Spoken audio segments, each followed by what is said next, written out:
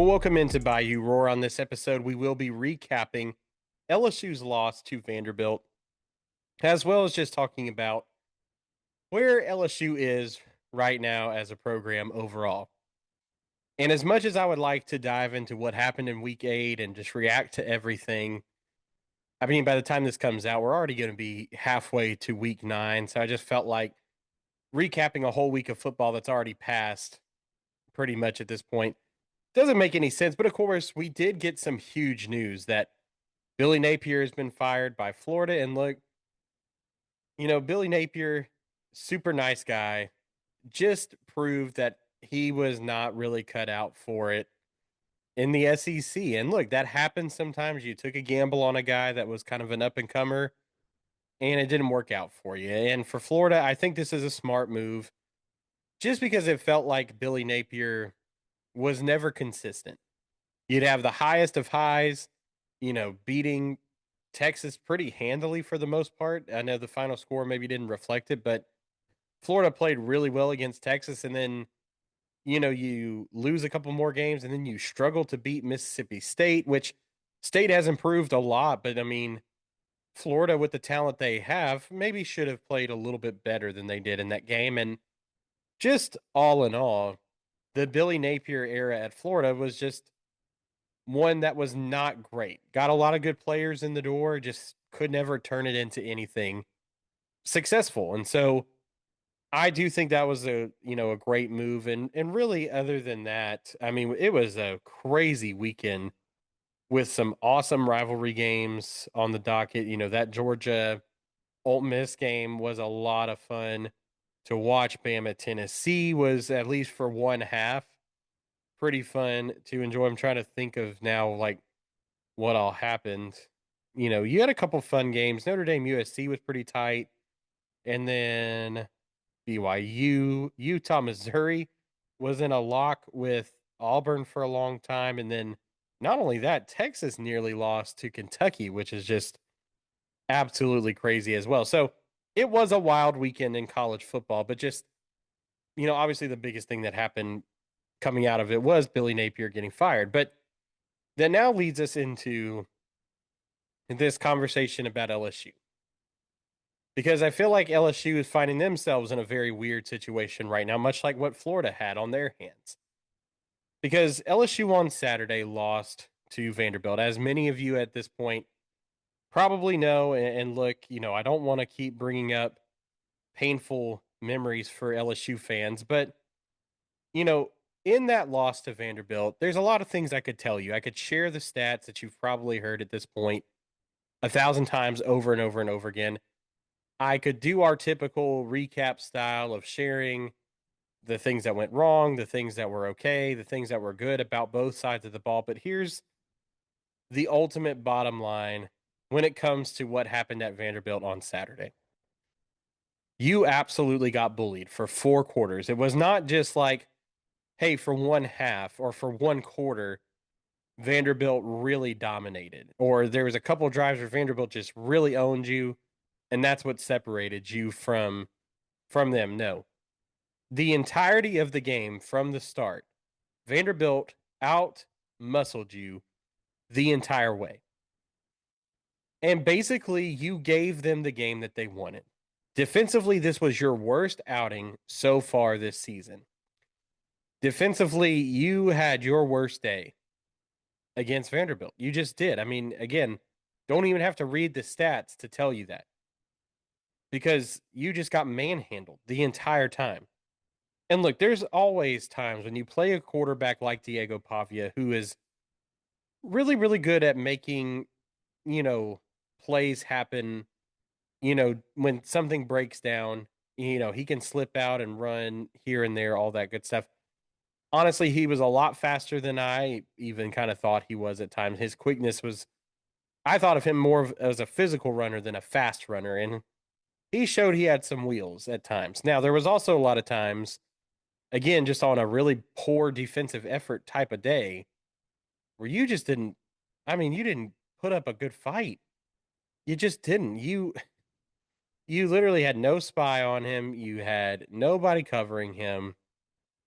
And he just took advantage of that and made big plays happen. One for a touchdown, one that set them up in the red zone for a big score, and then another one where basically he was able to just slide down and they ran out the clock. I mean, it's just all day long defensively, you got manhandled. And there's a lot of people saying now, oh, well, this defense isn't elite anymore because they struggled against Vanderbilt so badly. And then they also had a bad day against Ole Miss. The two best offenses they faced so far, they've done terrible against. And I want to pump the brakes a little bit because here's the thing. Yes, you did have a really bad performance on Saturday defensively, but I think here's the bright side, at least with the defensive side of things. Your corners still played really well. Mansour Delane still played one heck of a game. I know PJ Woodland had a big catch, I think, on him at some point. But I mean, they didn't call a lot of their names a whole lot of the time.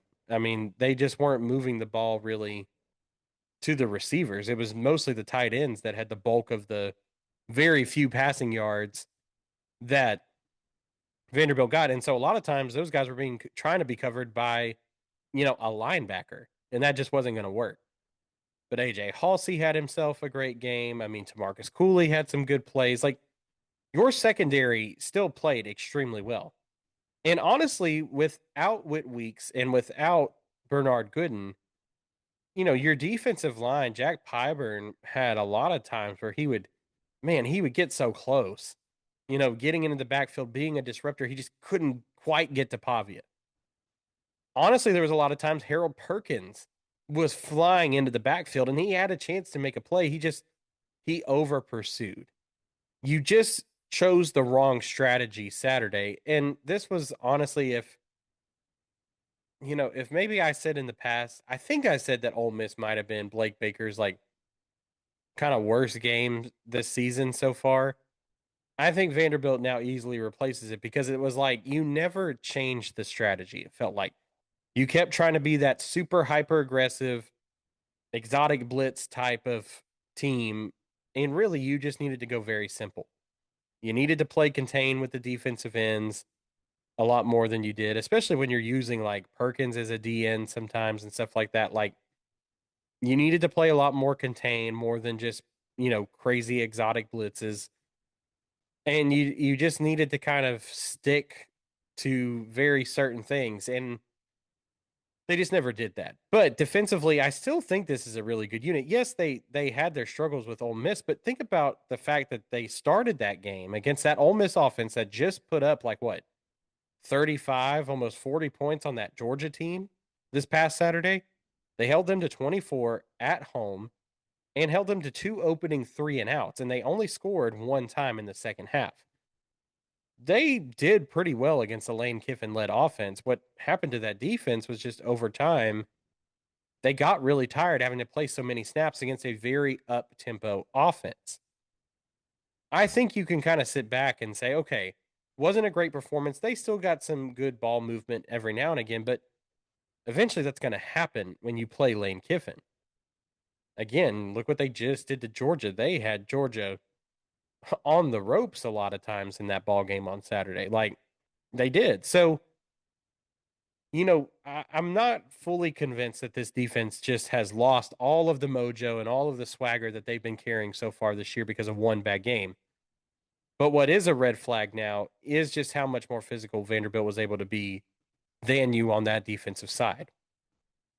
And on the opposite side, I mean, golly, this offense at this point is just in a bad state too.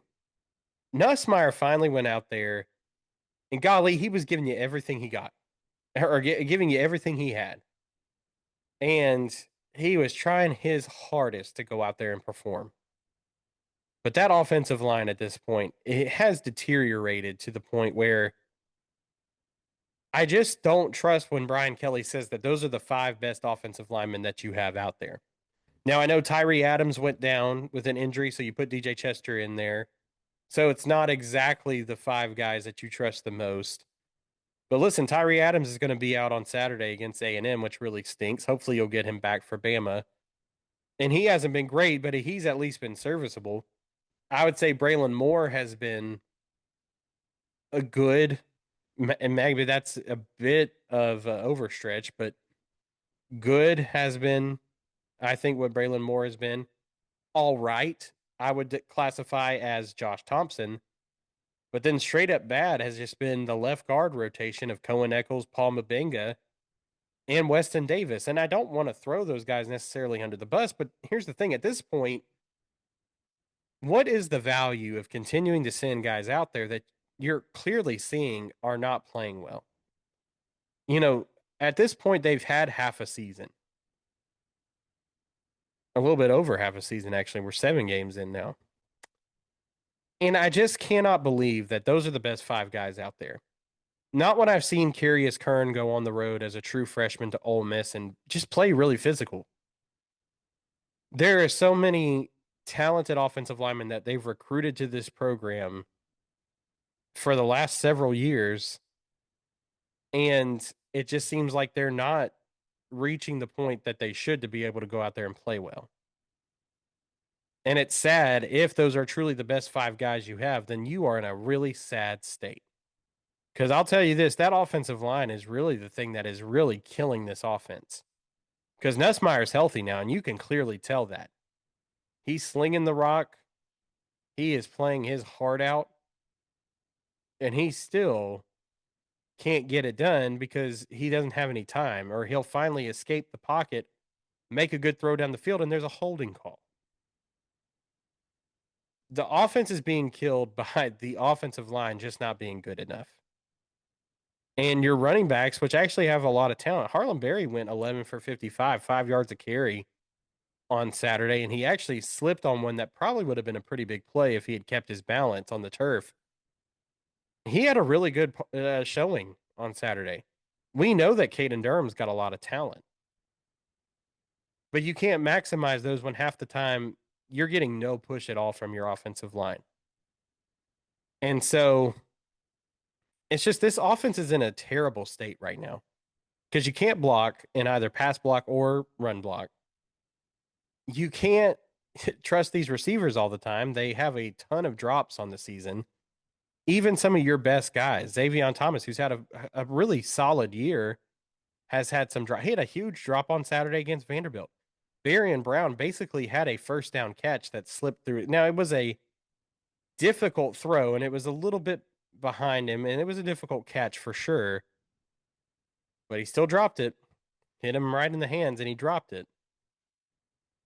You know, there's just a certain extent, too, where this receiving core, you know, also is having some drops and some things that would potentially help as well. But the biggest thing that's wrong right now with this offense is this offensive line has no physicality. Just like you should be concerned that the defense got really manhandled against that Vanderbilt offense. This offensive line absolutely got manhandled by this defense that Vanderbilt had on Saturday. It's a poor outing from both sides of the ball in terms of physicality. And at this point, you've got to wonder too how this kind of a loss is going to make them respond. In a lot of ways, you would hope it would wake them up and kind of inspire them to play a lot harder than what they have been. But at the same time, there's just a side of me at this point that goes, I just don't know if I can do that anymore. I don't know if I can trust that this is going to get any better. And look, you got to play A&M next at home at night. I mean, golly, I don't know if you can. You know, Marcel Reed is a pretty good running quarterback, just like Pavia is. Like, can you beat him? I don't know. I still have you losing to Ty Simpson and the Tide at home in a couple weeks. That's going to be your third loss.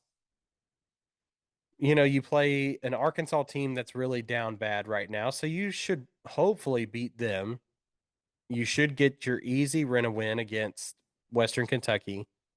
But then you go on the road to Oklahoma, and even though Oklahoma themselves has kind of been up and down, it's still on the road at Oklahoma, and you could lose that one too. So you're talking about there's still several losses potentially ahead for this LSU team.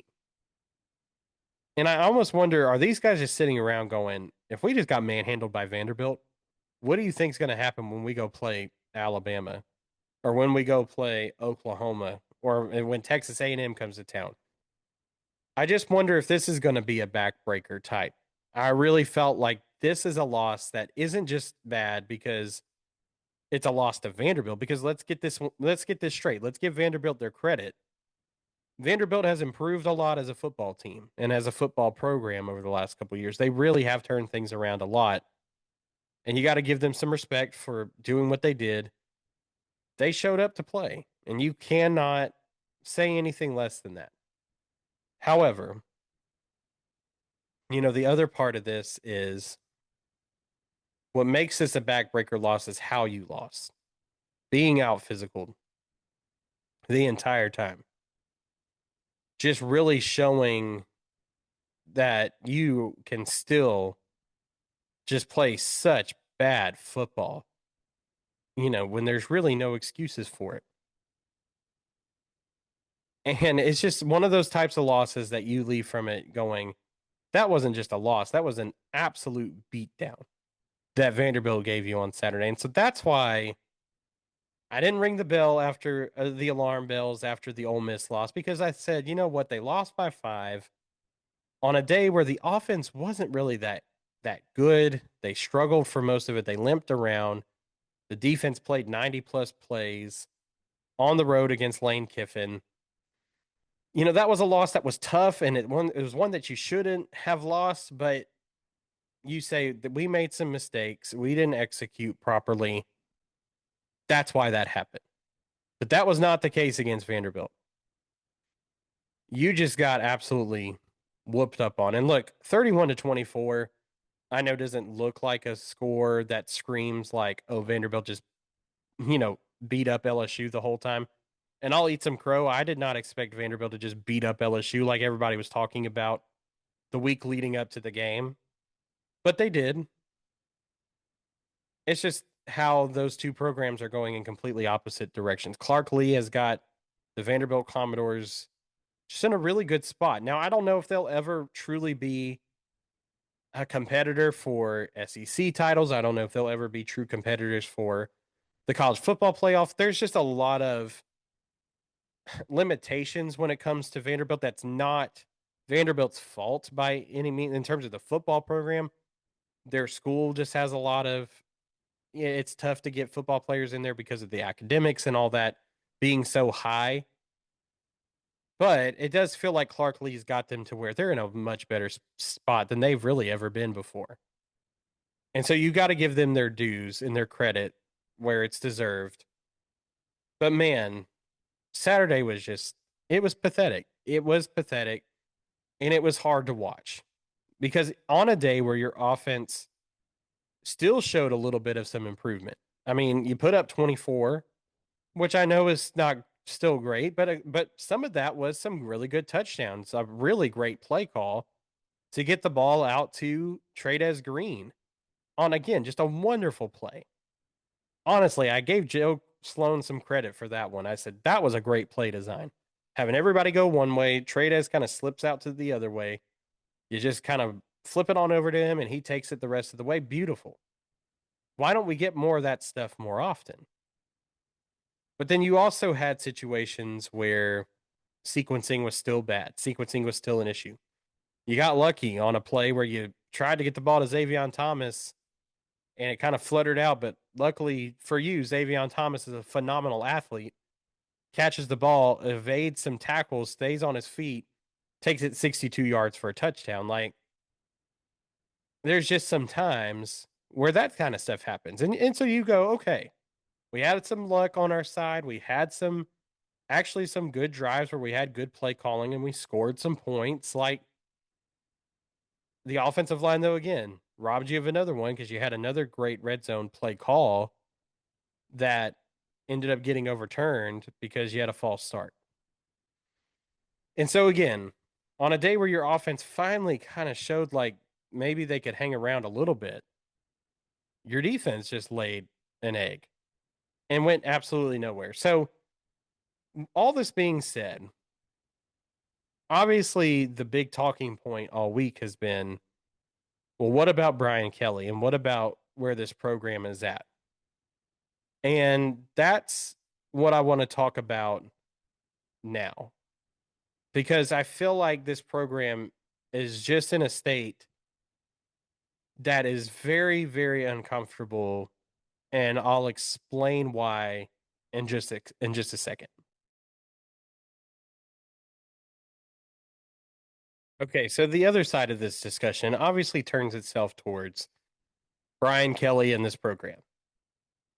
And look, there's a lot of things I could say, but after years of trying to defend Brian Kelly and trying to support him the best that I could to my abilities, at least, because let's be completely honest. Was Brian Kelly necessarily a hire that when it happened, I was like excited about or necessarily like, yeah, that's going to be great? Not necessarily.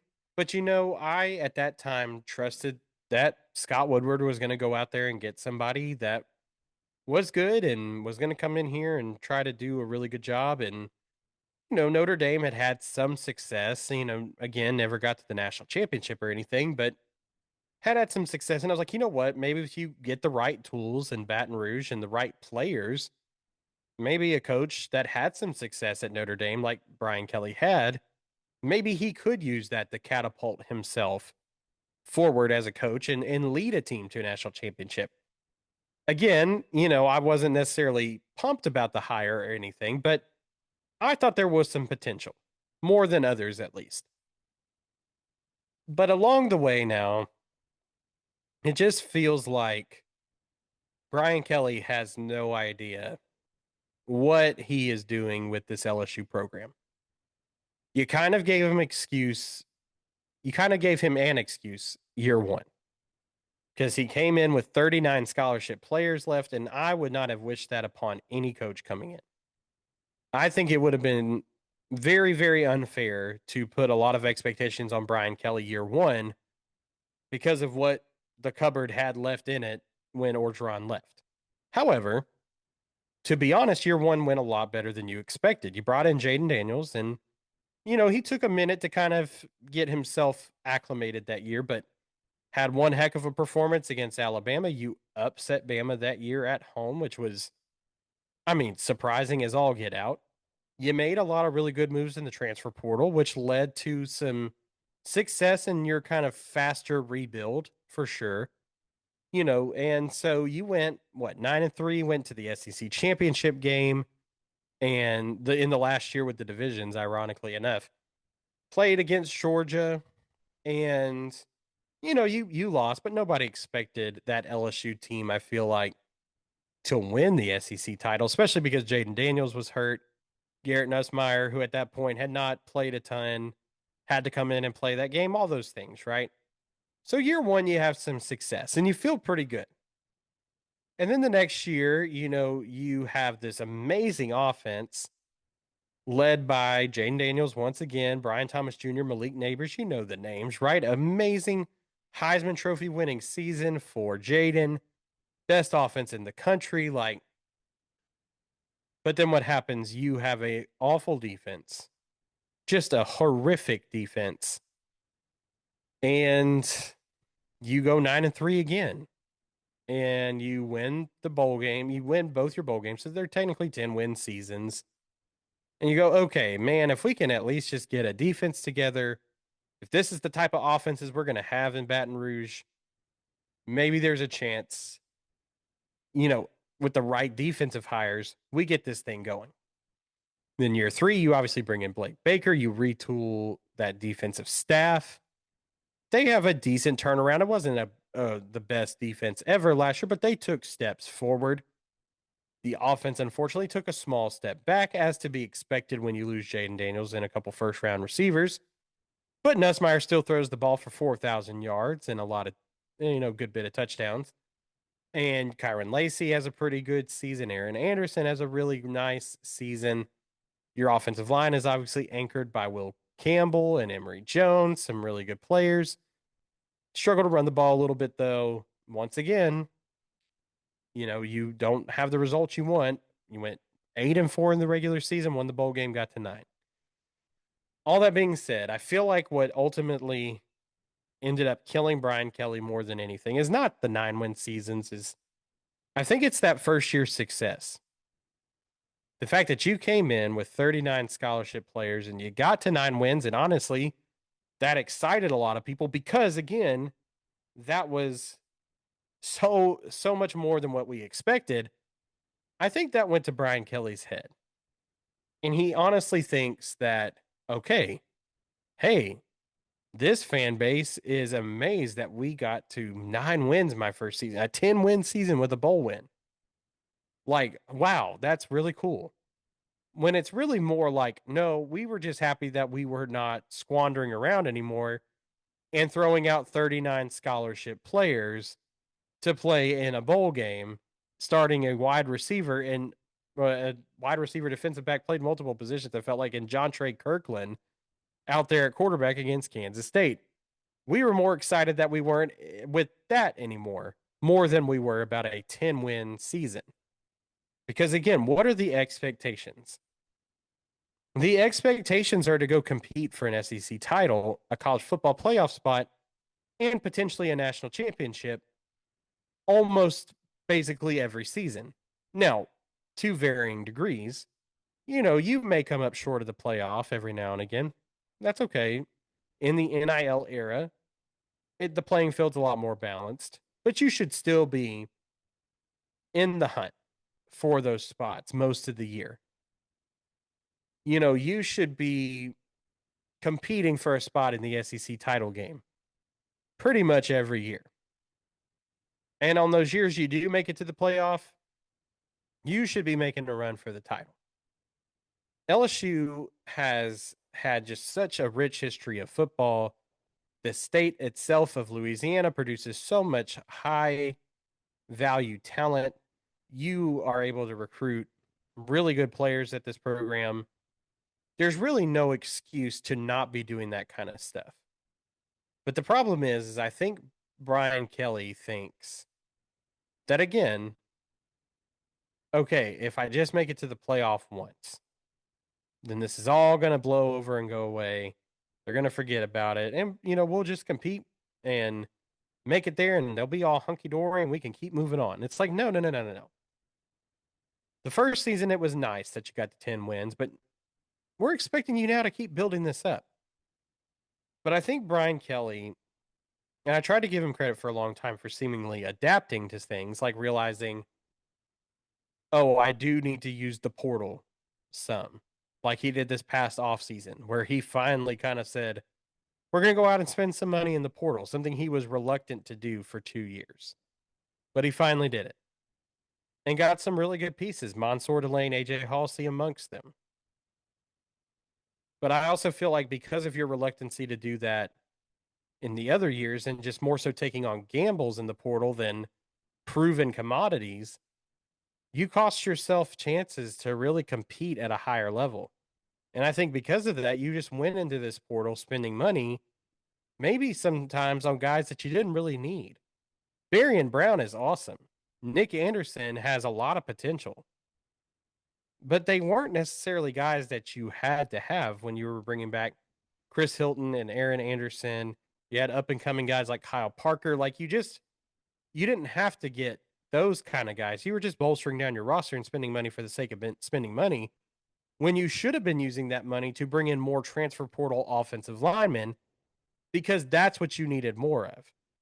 But it seems like as much as we gave Kelly credit for going out and actually spending money in the portal, turns out maybe he was spending the money on the wrong things to a certain degree.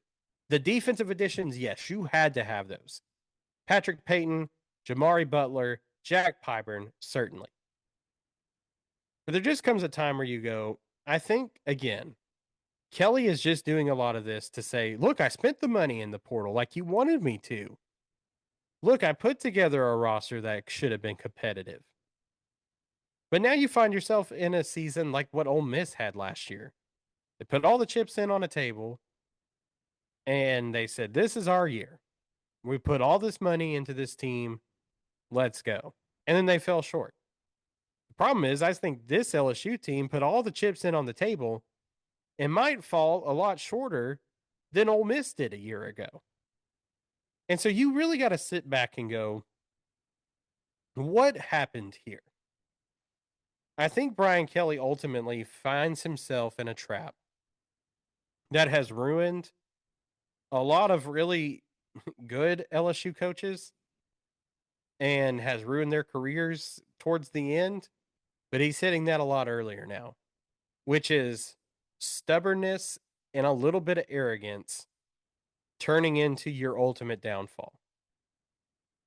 It happened to Les Miles where he would refuse to get rid of the guys that were calling just a prehistoric offense. He refused to truly change his methods and his ways. He was content with where the program was at. And honestly, he just was not going to ever do anything to change it. And as much as for a long time, I grew up mostly in the Les Miles era of LSU football. Like a lot of great memories, a lot of really fun teams. You got close to another title with him in 2011, and which was a phenomenal season with a phenomenal team. But his arrogance in thinking that his way was the right way when he was not going to adapt to modern college football is what ended up costing him his job and his career at LSU. Ed Orgeron at first had the opposite effect, right? He did change the staff up. He had Steve Ensminger move to the OC position with the thought of they were going to eventually over time move into more of a spread attack, and they did that. And then he noticed, oh, we still need to add a little bit more into this offense to make it elite.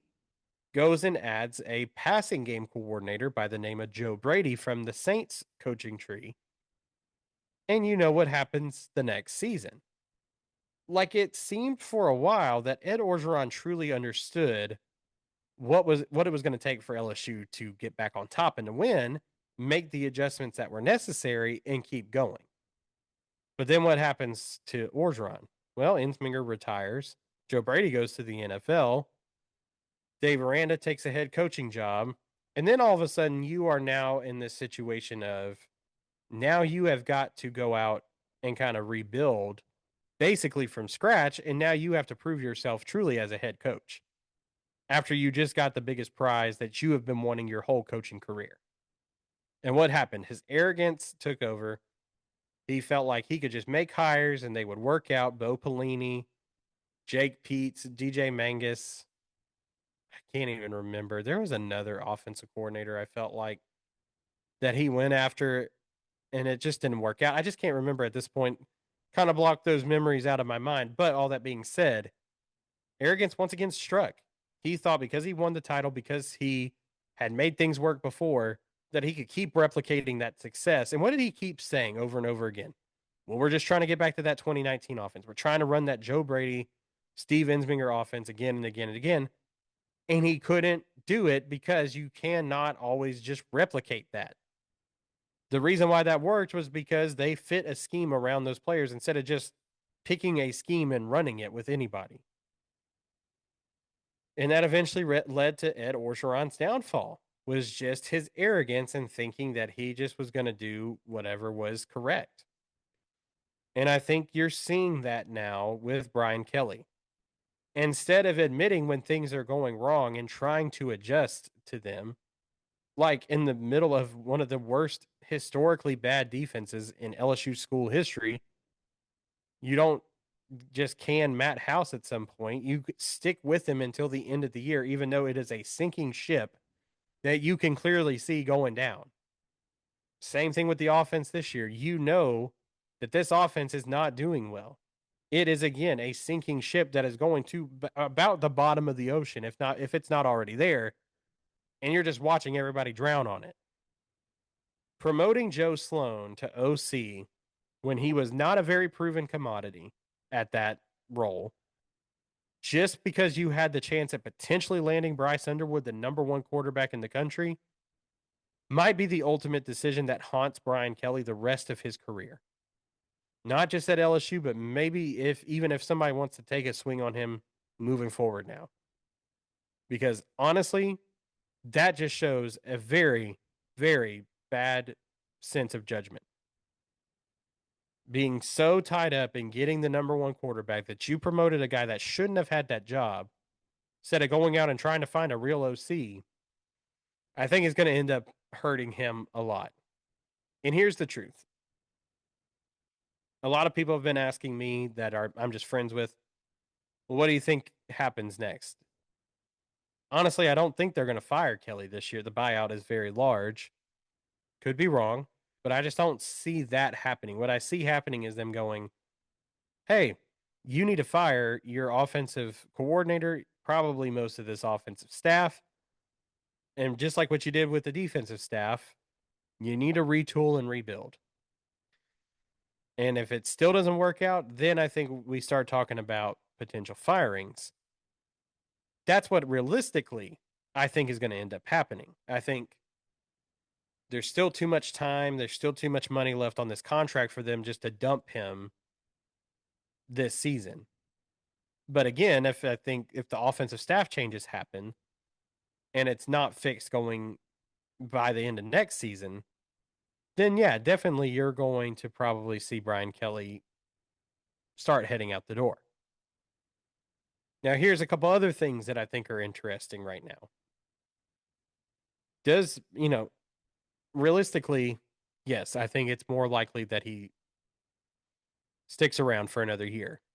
Personally, I think it's time for him to go because I do think that Brian Kelly, more so than anything, just doesn't understand LSU.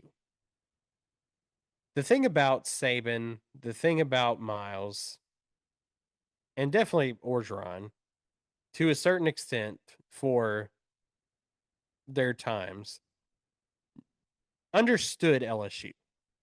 Now, Nick Saban, I think, understood it probably the best because obviously he's the greatest coach of all time. But think about one of the first things that Nick Saban did. He straight up said, we're just going to put a box around Louisiana and recruit the state. Because if we can land a top tier class with the guys from this state, a couple years down the road, we can win a national title. And they did that. He knew the love and the loyalty that the people of Louisiana have for LSU. He knew the love and the loyalty that a lot of these high school recruits have for their home school, and they want to go play for it. And he understood that. And he went out there and dominated. Les Miles, I feel like, kind of understood that too for the majority of his run. And you could even say towards the end, he still understood that in terms of recruiting. He was still landing a lot of top tier recruits from the state. He was still landing good recruiting classes. Like, he understood the program still. He just wasn't willing to change his offensive philosophy, and he just wasn't willing to change up his personal convictions about how he felt like football should go, and that's what ended up costing him. And obviously, Orgeron, out of all of the coaches in the past 25 years, probably understood this the best, being from here, being just a Louisiana dude, understood everything more than anybody else. But that's the thing. I don't think Brian Kelly understands LSU. I think he sees the trophies up in the cabinet. I think he sees the Heisman trophies. I think he sees all of the pageantry, the history. He understands nighttime in Death Valley. He talks about that a lot. I think he knows knowledge-wise about a lot of, but I don't think he fully understands on a deeper level just how much LSU and this program means to the state of Louisiana and means to all of us LSU fans all across the country. Like, it just goes, and it's hard to explain to people, it just goes further beyond just being a fan of a school. It really does. And I don't think he understands that, especially when he's talking to reporters that are covering this team, saying that we're spoiled because we're expecting the offense to go out there and actually play well, even in a win against Florida that was really sloppy, but you came out with a win. He's, constantly treating all of us like we don't know what we're watching on the field. Saying, "Oh, well, the five guys we have out there on the offensive line are the best that we've got." No, I don't think any fan watching knows that. In fact, I'm on Twitter every Saturday during a ball game, scrolling up and down, watching everybody's comments of, surely this is not the best five we've got. Like, we fully understand what's going on, Brian. Like, we're not dumb fans. And we're very passionate about this school. And if you embrace us and you embrace the LSU culture, we will back you up. But unfortunately, I feel like Brian Kelly has just not done that. Again, he's tried to say all the right things. He's tried to make it seem like he knows everything that this program has. But I just don't think he has a grip on it. And honestly, that's what's hard to keep around is somebody that just doesn't get it. And it's a shame that Saban did what he did and left because truly I felt like he understood the most what this program was. And he proved over the course of his career that he was willing to adjust when he needed to keep winning. And it's just sad because you just have a program that's got so much potential. It really does. It always has, and it continues to. But it just seems like you have a guy there that just, he's not getting it and he needs to go. In my humble opinion, he has to go because it's just killing everything right now around this program the longer he is in charge. And again, I tried to defend him for a while just because, again, the situation was rough. Trying to give him some credit for firing and cutting ties with guys that he's known and he's trusted, trying to get a better sense of what it's going to take to win here. But truly, I just don't think he does anymore. And I think this year proves that he just doesn't get it. And look, say what you will about the cultural fit, whatever. I don't think that argument really flies because in the last 25 years, I just read you off the other coaches we've had. Saban was not a cultural fit. He came from Michigan State. Miles was not a cultural fit. He was literally called a Michigan man because he went to Michigan. He played at Michigan. He never stopped talking about, what was that coach, like Bo Schembechler or something like that. I mean, Miles was tied to the Michigan job a lot because he was from Michigan. He played at Michigan. Les Miles was not a cultural fit when he was hired. Orgeron was the only one that was a quote unquote cultural fit. And that's a dime a dozen. Look, when it comes to coaching, it's basically, are you a good coach or do you have the potential to be a really good coach? When they hired, Saban from Michigan State, it wasn't like he was setting a bunch of records over there for like just having these phenomenal 11-1 seasons. The only real successful season he had was his last season there, which was a 9-2 season, a 9-3 season, something like that. And so you can't sit here and say that Saban was just this all-star, rock star coach when they went out and got him. I kind of doubt that Les Miles was having a ton of success when he was at Oklahoma State. I mean, I'm trying to look it up right now. I mean, yes, he probably did well enough, obviously, for them to, you know, hire him as the LSU head football coach. But, you know, let's see, Oklahoma State. I'm gonna go down to the winning records here. All that being said, though, I mean, it doesn't even really matter, I guess. Like, I mean, yeah, he's 4-7, 8-5, 9-4, 7-5, and then he got hired by LSU. I mean, you think that was, something that everybody looked at and said, "Oh yeah, you got to go get him because he's got these impressive numbers." I think when it comes to coaching, we've all gotten to this space now of we've got to go hire the biggest name. We've got to go hire a Dan Lanning. We've got to go hire a Lane Kiffin. We've got to go hire, you know, a oh shoot, I'm trying to think of big names like here in a Kirby Smart. We all think we got to go out and get the top people. When in reality, you got to go get somebody that has the potential to take the resources that they're going to be given at LSU and turn it into a diamond. That's what Saban was able to do. And yeah, Saban ended up being the greatest head football coach of all time, but nobody talks about his Michigan State days for a reason. because that's not where he was really proving he was the GOAT. It was after he got to LSU and then went on to Bama. Les Miles, I just read you the stats, the records he had. Wasn't like he was this all-time rock star coach, but they saw the potential for him to come in here and have some success following Nick Saban, and by golly, he won a title and got close to a second one. Like sometimes it's not just about, hey, can you come in here as this huge name coach and continue to have your success that you've been having? More so, hey, can you take this pearl of a program that LSU is, because of the resources, because of the fan base, because of just the history and the culture that LSU has, and take it, use it to your advantage, and springboard this team to titles. Obviously, Brian Kelly cannot. I think he's proven that now 4 years in. The record may not scream it, but I think by the way that these players are playing sometimes, where they're getting manhandled, where they're playing soft, they're not playing up to their standards every single game. I think Brian Kelly has just run out of time and run out of excuses.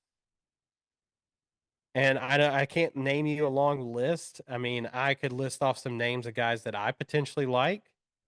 Maybe could do that on a later episode. I don't really feel like I have a lot of time just to run through that for the sake of not wanting to ramble on forever. But this LSU program under Kelly, I think, is just about done, because these guys are not really playing for him the way that they would run through a wall for Orgeron, even towards the end, the way they did for Miles towards the end, the way obviously they did for Saban. They're not doing that for Brian Kelly. They're not doing that for him. And I think there's a reason why. I think it's because he really doesn't have a grip on this program the way that he should at this point. We talked about it a lot. This is a team that has a ton of talent. A ton. This is a type of roster that you could go out and win with, but you're not. And it's because of some glaringly obvious reasons. And I don't like the direction that it's going.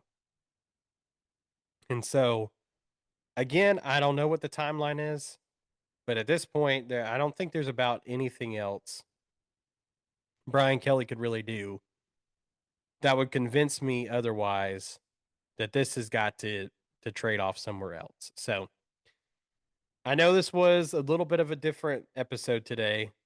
And again, I don't know where they go right now. I don't know what they necessarily do for the rest of the year.